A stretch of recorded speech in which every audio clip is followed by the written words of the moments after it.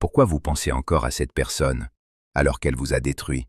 Pourquoi votre cerveau revient sans cesse vers quelqu'un qui vous a fait douter de vous, pleurer, perdre confiance? Si vous vivez ça, ce n'est pas de la faiblesse, c'est biologique.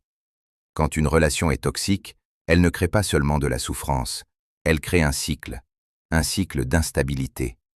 Un jour vous êtes aimé intensément, le lendemain vous êtes ignoré, puis critiqué, puis rassuré, puis blessé, puis de nouveau désiré. Et ce cycle agit directement sur votre cerveau.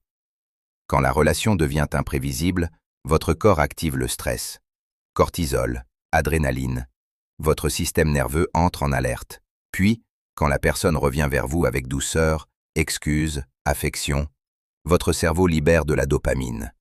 Et c'est là que tout se joue. La dopamine n'est pas l'hormone du plaisir, c'est l'hormone de l'anticipation, de la récompense incertaine. Plus la récompense est imprévisible, plus l'addiction est forte. C'est exactement le même mécanisme que dans les jeux d'argent. Vous ne devenez pas accro à la personne, vous devenez accro au soulagement, au moment où la tension retombe. Ce phénomène s'appelle le lien traumatique. Votre cerveau associe danger et attachement. Plus vous avez souffert, plus les moments positifs paraissent puissants. Ils semblent rares, précieux, intenses. Et après la rupture, le cerveau ne retient pas la moyenne, il retient les pics émotionnels. Il oublie les nuits d'angoisse, il oublie les humiliations répétées, il oublie le doute permanent. Il se souvient de l'intensité. Et vous commencez à idéaliser. Vous ne pensez pas à la réalité, vous pensez à la version espérée. Il y a aussi autre chose. Dans une relation toxique, vous vivez en hypervigilance. Vous surveillez les humeurs, vous analysez les silences, vous anticipez les réactions. Votre cerveau est constamment stimulé. Quand tout s'arrête, le silence paraît insupportable. Le calme semble vide. Vous confondez absence de chaos et absence d'amour. Alors vous regrettez l'intensité. Mais l'intensité n'était pas de la sécurité, c'était de l'instabilité. Pourquoi est-ce si difficile de décrocher?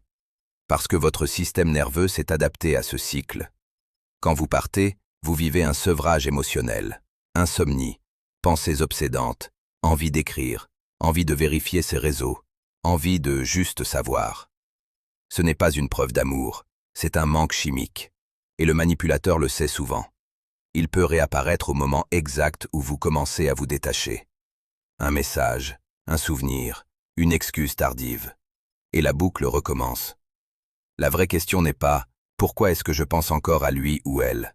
La vraie question est « Pourquoi mon cerveau a-t-il associé cette personne à ma survie émotionnelle ?»